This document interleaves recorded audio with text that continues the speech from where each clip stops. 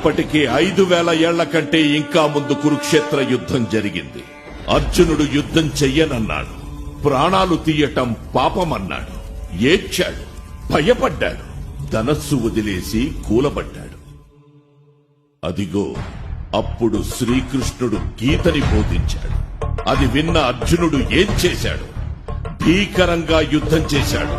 అందుకే ఇవాళ కూడా మనం మాట్లాడుకుంటున్నాం. ఒకవేళ అర్జునుడు ఆ రోజు యుద్ధం చెయ్యకపోతే మనం ఇవాళ అర్జునుడి పేరు కూడా ఎత్తేవాళ్లం కాదు. ప్రపంచం నీ గురించి ఇప్పుడు, ఇక ముందు 1000 ఏళ్ల తరువాత కూడా మాట్లాడుకోవాలి అంటే యుద్ధం చెయ్యాలి.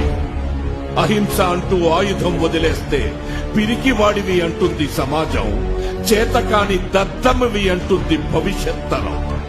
భయంతో పరిగెత్తే జింక ఎప్పటికీ అడవికి రాజు కాలేదు.